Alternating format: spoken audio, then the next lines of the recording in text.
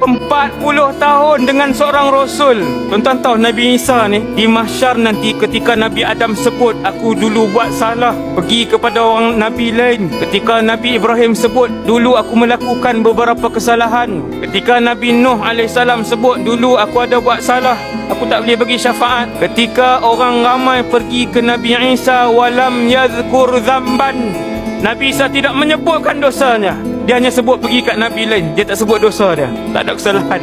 Seolah-olahnya begitu. Alaihissalam. Muslimat mesti tanya, Ustaz, kalau 40 tahun takkan tak berkahwin? Jawapan dia, berkahwin dan beranak pinak. Masya Allah.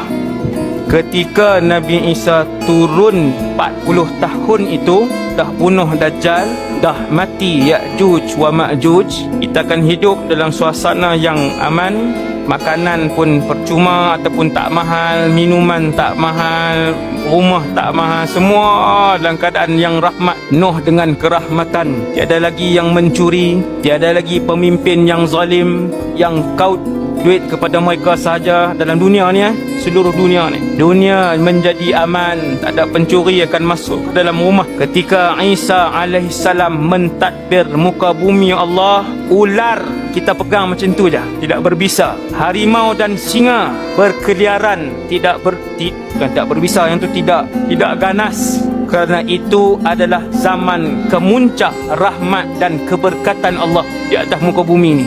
Tak seronok? Seronok. Alhamdulillah. Cuma nak sampai ke zaman seronok itu, nak kena tempuh zaman Dajjal. Yang tu yang takut, nak tempuh zaman Dajjal.